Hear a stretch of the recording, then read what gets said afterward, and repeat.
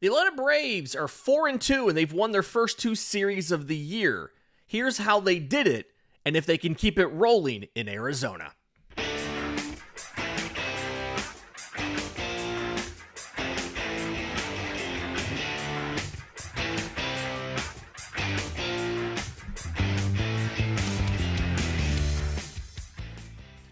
Yes, welcome on into Braves Today, your daily source for news, notes, and updates on your Atlanta Braves. I'm your host, Lindsay Crosby, award-winning baseball writer and podcaster. You can follow me on social media at Crosby Baseball. You can find all my written work, BravesToday.com. That's the Braves Today Substack, as this is both a podcast and a newsletter. Dropped a fun piece for paid subscribers this morning, all about the conversation, the decision, whether or not to extend Drake Baldwin. Again, available for paid subscribers over at BravesToday.com. We're proudly part of the Believe Podcast Network and presented to you by FanDuel. Download the FanDuel app or go to FanDuel.com to get started. I want to talk about the MLB draft that's coming up. I dropped the news on Wednesday when I got it about what Atlanta's draft pool officially was set to. I want to talk about the rotation and what we've seen the first time through. But before we do that, let's talk about the 6 games you've played and where you're going from here. Because the Braves are 4-2, which is good for second place in the NL East because exactly like we all expected, the Miami Marlins are leading the division at 5-1, and the bottom of it, the Nationals are tied with the Phillies and the Mets at 3-3, exactly as we all saw it coming. But let's talk about how the Braves got here so far. Because the 2 things that have really stood out for, technically 3 things that have really stood out for Atlanta. The first one is the rotation. And we're going to get to the rotation in the second segment, right? We're going to get into more detail about that. But offensively, it's been the Drake Baldwin show. And the bottom of the order has come through for you really well. So when you look at what Baldwin himself has done, okay, Drake Baldwin he's hitting .318 with an 1196 OPS. It feels really dumb to talk about his overall statistics because it's been 6 games, but he's hit 3 homers. He's driven in 7. He's scored 6 runs. He has 4 walks to 2 strikeouts. And the biggest thing for me behind what Drake Baldwin has been able to do so far this season is he's just hitting the crap out of the ball. Drake Baldwin is making very hard and quality contact seemingly every time he goes to the plate. I wrote a piece before the season started about how there was a path for Drake Baldwin to be the best offensive catcher in baseball this season. And a lot of that was predicated on being able to convert his inherent ability to hit the ball hard with what he improved with all season, which was hitting the ball in the air to the pool side. And so to kind of explain some of this here, right? He was already really good at making contact. Last year, he had a whiff rate under 20%. He was in the 80th percentile in baseball, meaning he was better than 80% of MLB players at making contact, not swinging and missing. His chase rate was under 30%. But the thing that he got noticeably better at as the season progressed, along with defense, his defense did get better throughout the year from a what we can measure of catcher defense perspective, but was hitting the ball in the air to the pool side. As a lefty hitter, that means hitting the ball to right field and doing it in the air. So fly balls last year across all of Major League Baseball gave you a 261 average and an 805 slug. And that's already really good. You would take a lot of guys hitting 261, you would take everybody with an 805 slug. But if you pull that fly ball in the air, It's a 484 average and a slug of 1.719. Literally the best type of batted ball you can do, even better than a line drive, is a pulled fly ball. Last year, Drake Baldwin's overall pull air percentage, meaning percentage of fly balls in the air, 15.1%. This year, so far, small sample size, 23.5%. The MLB average is just under 17%. So he is, in this, again, short sample, significantly better than most of Major League Baseball at pulling balls in the air. It's a huge deal. And it's part of the reason you're seeing his power come through so well. And he's tied for third in baseball in home runs. He's just getting out in front of these balls and he's pulling them and he's elevating them. He's not necessarily just hitting ground balls to the first baseman. I genuinely think when you combine what Drake Baldwin's doing from a batted ball perspective, as well as the fact that Cal Raleigh is due for regression, he's statistically unlikely to hit 60 homers again, and I'm pretty sure he's not been great this year. He's always like a high whiff, high chase guy. And a lot of his homers last year were, one, he was really good at pulling fly balls in the air. 38.4%. He was the second best player in baseball last year doing that. But he also whiffs a lot and chases a lot. And that started to reflect in his numbers this year. Will Smith is going to always contend for best offensive catcher in baseball. It looks like Shea Langoliers will as well. We saw him hit a homer on Tuesday. The only hit off of Chris Sale was a solo bomb. On Wednesday. Only hit off of Chris Sale was a solo bomb by Shea Langoliers. He leads baseball with 5 homers right now. But I feel like Drake Baldwin's going to get there. The other part of this is the bottom of the order. A lot of the guys the Braves have put down there have been able to hold their own. I'm not saying they're all beating the world up here, right? Dom Smith is 4 of 13.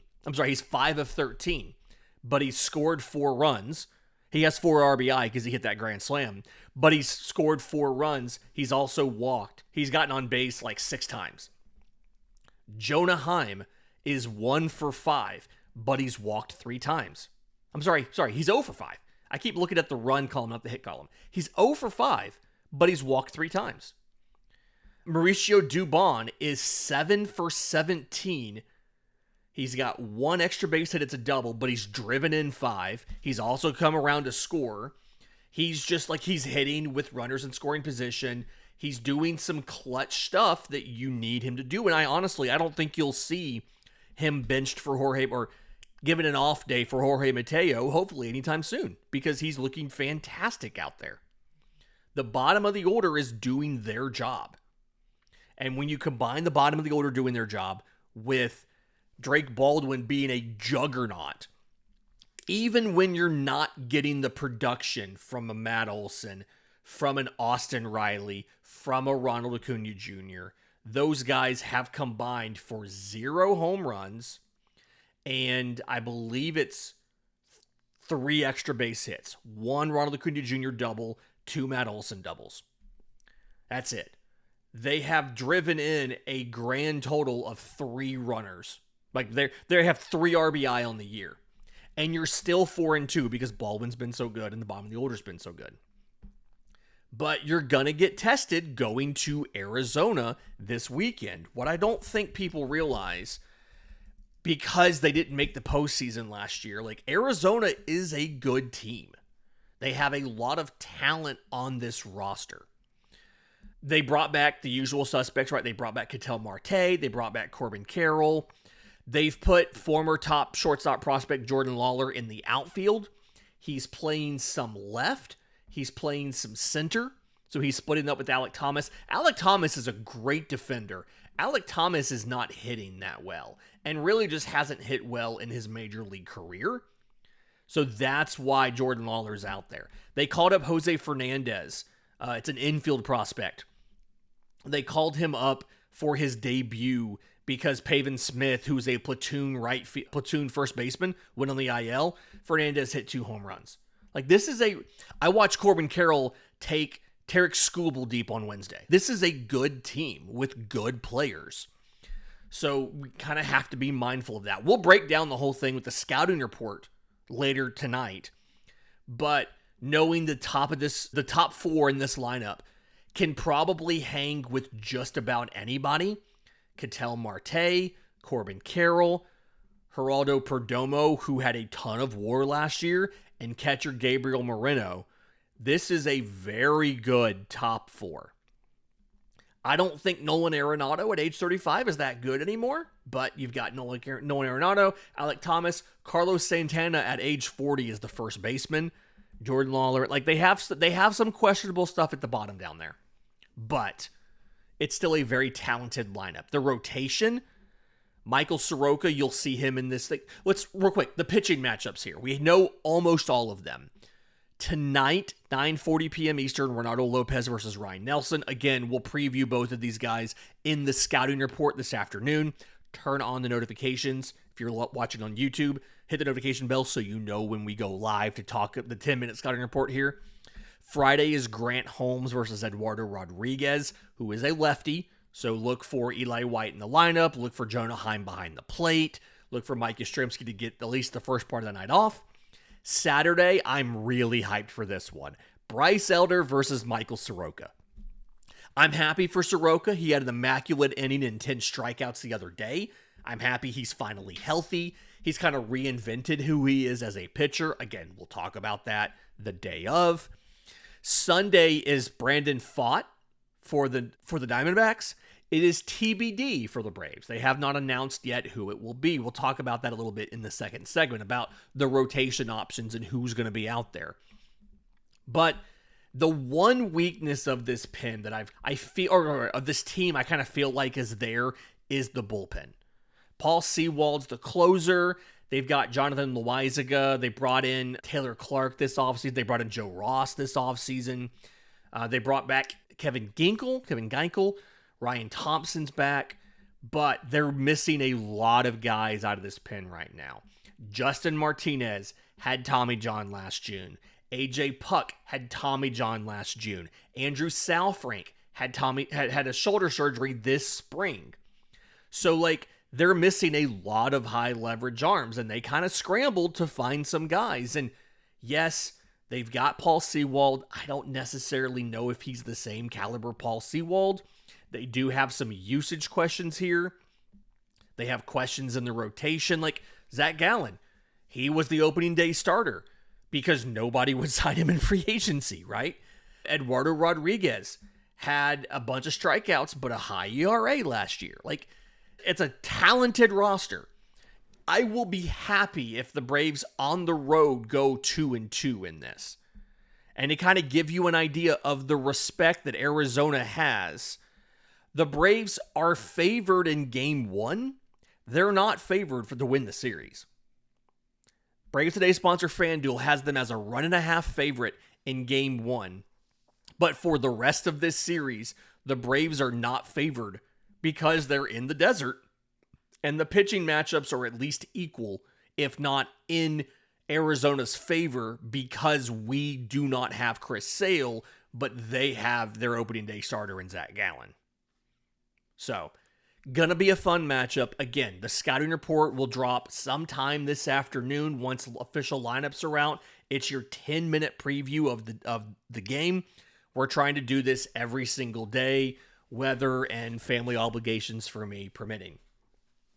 In just a minute, let's talk about this rotation, because I think one of the biggest surprises for the Braves through the first 6 games has been how good this rotation is. We'll discuss that next, right here on Braves Today. But first, today's episode is brought to you by our friends at Grand Slam Getaways. They offer bucket list bus trips designed for fans who love the game and want to travel in style. There's 3 trips to choose from this year. May to Florida. This is the final week to sign up for that trip. June to the Midwest, July to the Northeast. These are all timed. These all depart from Atlanta, and they're timed to match up with multiple Braves road games. You get field level tickets to every game. You stay in 3-star hotels that have daily breakfast. It's a motor coach with Wi-Fi and a bathroom and all that stuff. Full slate of ballparks. There's a bunch of other activities. The Louisville Slugger Museum is on the I think it's the Midwest trip. The Bull Durham filming location on the Northeast trip. There might be a beach day on the Florida trip. Tons of stuff going on. Giveaways. Former MLB players are making appearances. It's awesome. Whether you're a baseball nut, you're looking for like a parent-child summer adventure, summer vacation to remember, or you're retired and just want to take the stress out of trying to travel, this is your way to do it. Reserve your spot now with a small deposit. And reminder, this is the final week to reserve for Florida.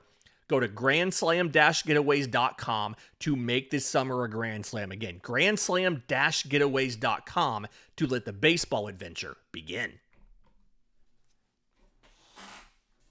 Welcome back to Braves Today. Lindsay Crosby. Let's talk about the rotation, because I do think one of the most surprising things about the start of the season has been, despite all of the injuries, Atlanta's pitching staff as a whole has the second best ERA in all of baseball. The New York Yankees lead. Their pitching staff has a 1.01 ERA. They have 3 shutouts. The Braves have 2. And the Braves have not had a single game close enough to even have a save situation. There are teams that have had to go to a ton of high leverage. Arizona has had 4 save situations in their 6 games. The Braves are the only team in baseball that has not had a single save situation for them in their games, because their 4 wins, have all been by more than 3 runs. And fun fact, you can actually have a save situation where it's more than a 3-run lead, right? If you pitch the final 3 or more innings of a win, you get a save. Or if you enter with the potential tying run on base, at bat, or on deck, you can get a save. So if the bases are loaded, let's say you're up by 4, but the bases are loaded, the winning run is on deck, you can get a save for that situation because the winning run was on deck. Like, those are the rules. 3 runs or fewer and you pitch a full inning.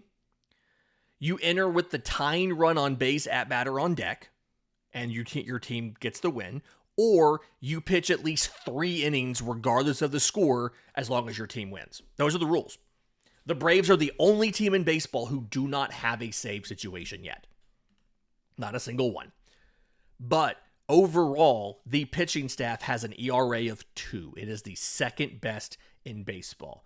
Now, when you drop that down to just starters, Atlanta falls from second all the way to 4th.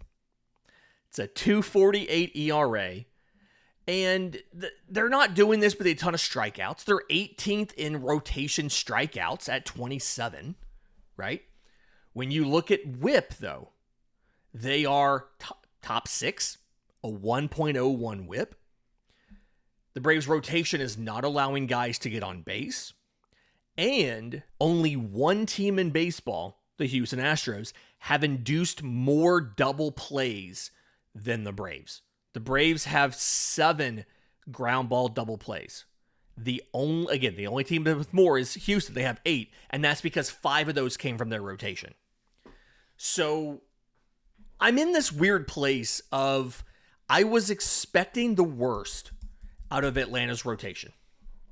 And I think that's natural. I think most, even rational, non-catastrophizing Braves fans probably expected a lot of bad, potentially some bad out of the rotation, because you lost 4 starters. You lost 4 guys out of the rotation. But so far, your starts, Chris Sale has given up 1 total run on 4 hits in 12 innings. And he pitched on Wednesday, apparently sick as a dog.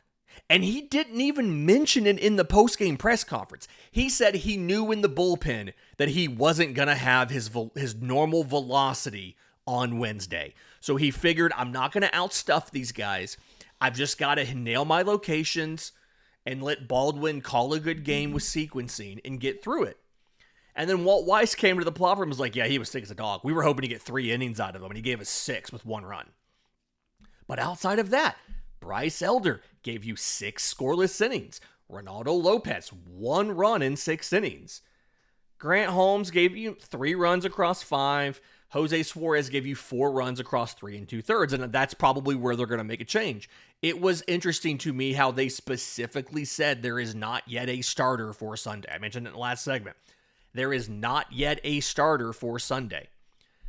It's entirely possible that Martin Perez, who pitched 4 1/3 innings in relief with 2 hits, no runs, no walks, and 3 strikeouts, that he ends up getting the start in lieu of Jose Suarez. We'll see what the Braves decide to do here. But this is what they intended to happen, right? When the Braves came into spring training, it's important to know they had 10 starting pitcher options going into spring. Nobody is realistically signing to prepare for 4 injuries. But the Braves did everything they could to stretch guys out, to have guys ready, grab some guys off of waivers or on minor league deals to have starting pitcher options. And if it feels like that's too many, we can go through it real quick. Chris Sale, Spencer Schwellenbach, Spencer Strider, 1, 2, 3, right there. Reynaldo López is 4. Grant Holmes is 5. Bryce Elder is 6. Hurston Waldrop is 7. Joey Wentz is 8. He was probably going to be a long man out of the pen to start the year, but he was working as a starter and preparing as a starter and was going to be your 6th starter in this 13 games and 13-day stretch. You've got Jose Suarez as the 9th. You've got Martin Perez as the 10th. Technically, you have 11th. You have an 11th guy in Carlos Carrasco. The Braves tried to have as many starting pitcher options as possible. Now, are the options for the 5th spot not that great? I'll fully admit. Jose Suarez, Martin Perez, Carlos Carrasco, those are not guys I want in the rotation for any significant length of time. But the Braves came into spring training with the idea of, we want to have as many starting pitcher options as realistically possible, given the fact that none of these guys but Hurston Waldrop could potentially get optioned down to AAA. I say that. Schwellenbach technically has 3 options. Spencer Strider technically has 3 options. They weren't going to send those guys down. So 11 starting pitcher options. You're still in that depth. We got the news on Strider. He's making this trip. He's throwing a high-intensity bullpen on this trip. He was playing catch before Wednesday's game on the field. He was out there throwing. He looked perfectly fine. If Walt Weiss was correct and they caught this early, then the whole issue of Jose Suarez or Martin Perez is a 1 more time through the order, maybe 2 more times through the order, and then it's no longer a problem anymore. One of them goes in the bullpen, one of them goes away. Jose Suarez DFA'd, Martin Perez DFA'd, one of those things, we don't know. And Strider jumps back in the rotation, and you have Bryce Elder as your number 5, who we've not only added a cutter, but we found out from he went on 680 The Fan on Wednesday morning. He went to a biomechanics expert in the offseason. And what Bryce Elder told that person was, I'm trying to be more consistent. Because I feel like when my mechanics are in place and I'm really good. And he's right. The quality start version of Bryce Elder is a really good pitcher. His ERA is like under 3. When his mechanics are not in place and he's not doing well, he's really bad. His ERA is over 9 in those other half of the starts. And so Bryce Elder said, I'm trying to find that consistency. So he did that this offseason. He went to meet with Greg Maddux to learn the cutter. If he's not going to learn it from me, Greg Maddux is not a bad person to fall back on learning a cutter from. He did say after the game, he's going to work on incorporating that more to righties. I wrote a whole piece for Braves Today about how, yes, he added a cutter, but he only threw it against lefties, and that wasn't his problem to begin with. Right-handed batters were the problem, and he's not using the cutter in that situation. But he said after the game, he's going to start working on that. You add Strider back into that. Even if you get last year's version of Spencer Strider, that's still a number 3 starter. I personally, and now I'm a little bit more hesitant now because of the oblique injury. Before the oblique injury, I genuinely thought he was going to come out kind of like Reynaldo López did, kind of like Chris Sale did, pumping high 90s and kind of fooled us all, a little bit of playing possum with us after the oblique injury. I don't know if that's true or not, but you're going to get Strider back in a couple weeks. And then the early reports we've gotten on Hurst and Waldrop are really intriguing. It was not as involved as they thought it would be when they got in there to work on his elbow. So it's possible he could be back sooner than July, right? He could be back in June or even potentially late in May. We don't know for a fact. He's still not throwing. I've been told he's going to be down in Florida in Northport versus going to an affiliate or anything while he continues rehabbing. But he could theoretically be back sometime soon. From what I've been told, he can already swing a golf club and all that kind of like other stuff. It's just getting to where he can pitch with the same effectiveness. So, honestly, after one time through, plus a second Chris Sale start, I'm feeling pretty okay about the rotation. Do I still wish that when they lost a Schwellenbach and a Waldrop, that maybe they had gone and tried to sign a veteran like a Bassett or something? Do I still feel like that probably would have been the smart thing to do? Yeah. Do I think that, knock on wood, if the trends we've seen early this season continue on this road trip, like maybe the rotation's not as doomed as we thought it was? Also, yes. We'll find out more after. I do feel like this road trip's going to tell us a ton, right? You'll face Arizona. You'll face the Angels. The Angels are not a good roster, but they've got some good players, and they lead baseball in homers. They're hitting the heck out of the ball right now. And it's not like they just played the Rockies. Like, they went to Houston and bashed the ball around. Jorge Soler loves hitting in that ballpark, apparently. He crushed a massive home run. Not World Series massive, but still a giant home run. So you're going to find out a lot about the rotation once everybody's gone through at least one more time, which they will on this road trip. In just a minute, Atlanta's draft pool is out. I broke the news on Wednesday on social media. Got a question from premium subscriber John about some of how this works and how the Braves can maximize their money. We'll talk about that next, right here on Braves Today. But first, today's episode is brought to you by our friends at IQ Bar, our exclusive snack, hydration, and coffee sponsor. It's IQ Bar protein bars. It's IQ Mix hydration mixes. It's IQ Joe mushroom-infused coffee. This is the delicious, low-sugar brain and body fuel you need to win your day. The IQ Bar plant-based protein bars. Smarter snack choice, plenty of plant protein, tons of fiber, no added sugar. IQ Mix, zero sugar drink mix that hydrates with electrolytes to help you improve your mood and boost your clarity. And IQ Joe is a mushroom-infused coffee designed for mental clarity, has 200 milligrams of natural caffeine, plus 4 different flavors that will totally transform your morning routine. Right now, IQ Bar is offering our podcast listeners, offering all Braves Today-aholics, whatever you want to call yourselves, 20% off all IQ Bar products including the Ultimate Sampler Pack plus free shipping.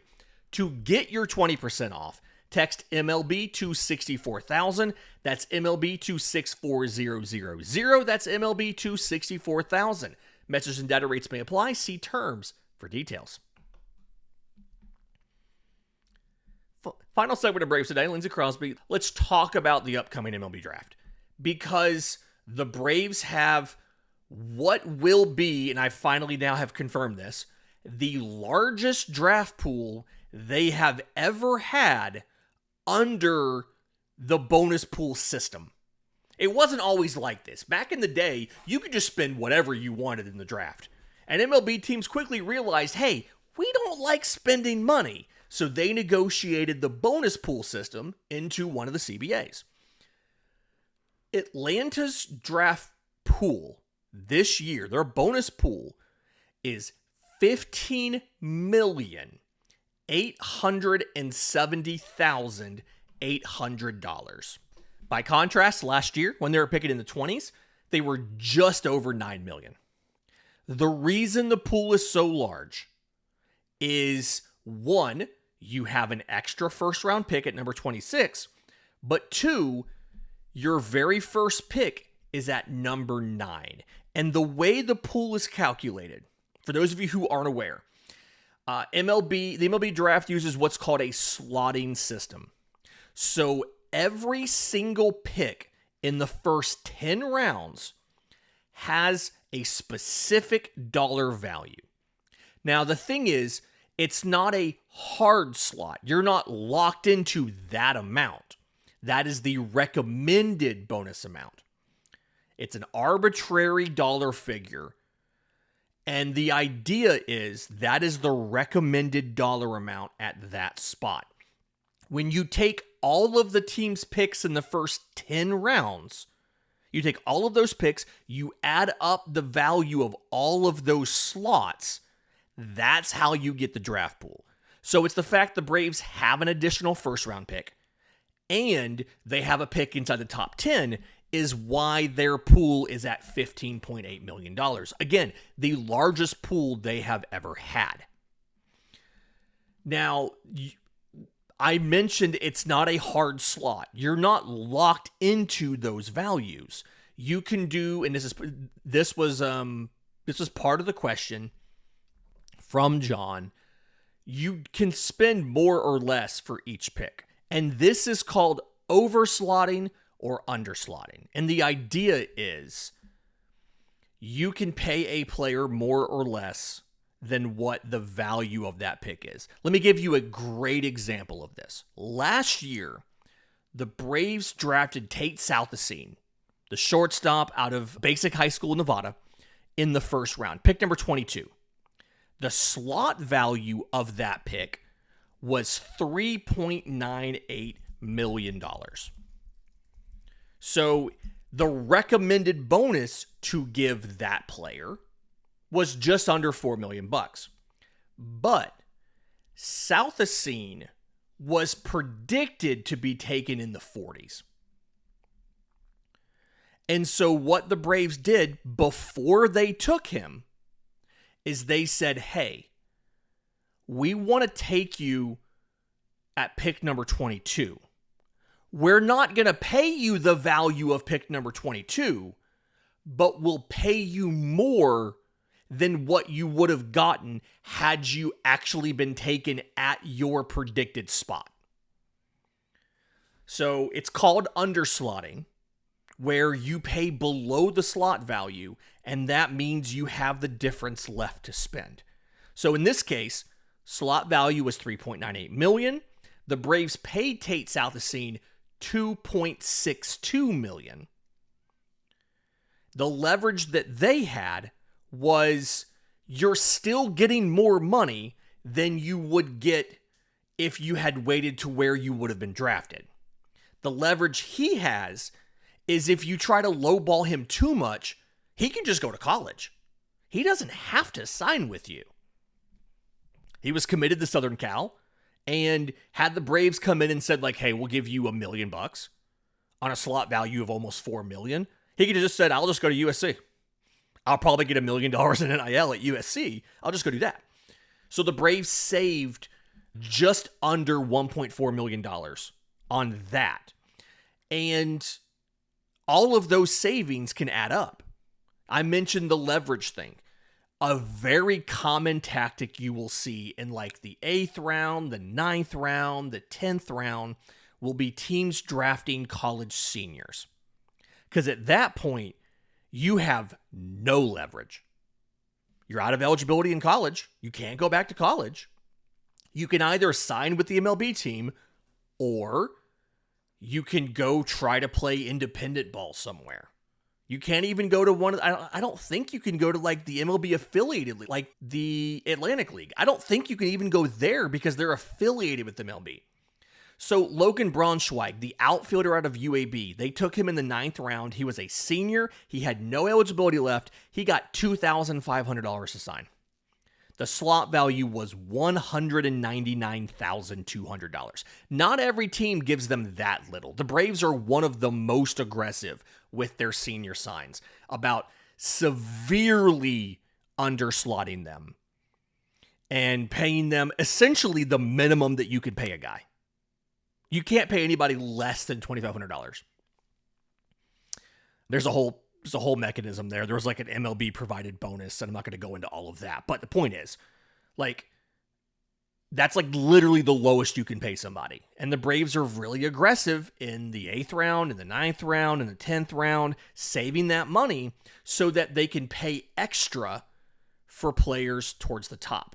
And what the Braves do, and they did it this year, I'll kind of go through it real quick, is they like to grab a prep player somewhere around the 4th round, the 5th round, somebody that was predicted to go higher in the draft that didn't get taken. Maybe because teams didn't think they were signable, maybe because teams didn't like the money they were asking for, and the Braves will offer them an overslot deal. They'll use the savings from the other picks to sign this guy. In our case, you saved money on Tate Southestate in the 1st round. They saved a little bit of money on Alex Lodis in the 2nd, right? They paid him $1.3 million. The slot value was like $1.5 and change, so they saved $200,000 there. Cody Miller in the 3rd round, I didn't even see, I saw some places that didn't have him in their top couple hundred prospects. I think it was a miss by the scouting, by the overall public scouting apparatus, right? I think he's a good player. I like him a lot. But they saved like $500,000 on the signing bonus because he wasn't expected to go in the 3rd round.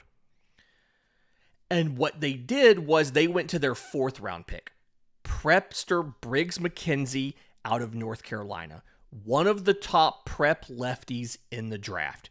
He's committed to LSU, which is typically a very good college program. They're struggling a lot this season, but typically a very good college program. Paul Skeens came from there. They've won multiple national championships, a really prestigious SEC program.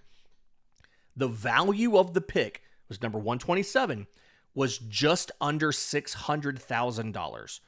They paid him $3 million. So in essence, they saved some money on some other guys.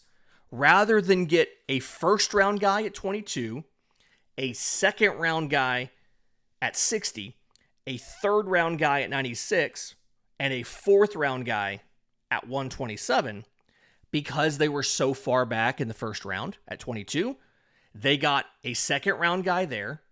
They got a late 1st, early 2nd round guy in the 2nd round. And then they took another 2nd rounder in the 4th.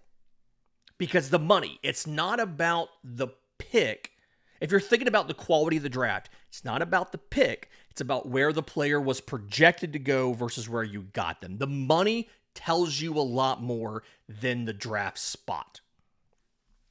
And it's not just last year that the Braves did this. This has been a recurring theme as long as Ronit Shaw's been running the draft, and even before him. You go back to 2024. They got Cam Caminiti in the 1st. They didn't pay him less, but they didn't have to go overslot to sign a high school player who typically has a ton of leverage. And they ended up fifth rounder Nick Montgomery out of high school, they paid him more than double his slot value to sign. And then sixth rounder Ethan Bagwell, a pitcher out of high school, they paid him more than double his slot value to sign in the sixth. Like, they went over slot to sign some of those guys, and the money that they got to do that was by underslotting a bunch of college seniors in the 7th round, in the 8th round, in the 9th round, in the 10th round. We actually call those senior signs, right? You draft a guy, he's getting $7,500, $2,500, $12,500 to sign. It's called a senior sign. He has no leverage. He's in essence taking this money so that he has a job and he gets to go play baseball some more. There's more quirks that we haven't even gotten into about how the 11th through 20th rounds, those picks are always kind of estimated at $150,000. And if you go over that amount to sign any of those guys, only the amount over the 150 counts against your bonus pool. We haven't really gotten into that. We also haven't gotten into the fact that you can go more than 5%. You can go up to 5% over your bonus pool amount without major penalty. But at the single dollar that pushes you above 5%, you lose first round picks. If you go 0 to 5% over, you pay a 75% tax on the money that was over. So if you go $1 million over, you pay $750,000 in tax. But once you break 5% over, it's a 75% tax and you lose a first round pick. If you get to 10% over, it's 100% tax and a first and a second round pick. Like in the next draft, right? If you go more than 15% over, it's 100% tax and 2 first round picks. In 14 drafts since this system has been in place, teams have gone over the base bonus pool amount 257 times. No one has ever gone more than 5% over because they don't want to lose a first round pick. So when I've talked a lot about the CBA on the show, and I've talked about how I think they'll increase the penalties at the top, it won't be an actual salary cap, but it'll work like a salary cap. That's one of the things I'm thinking about. What is the penalty right now for going over the third threshold? Your draft pick, this is the third threshold in the luxury tax.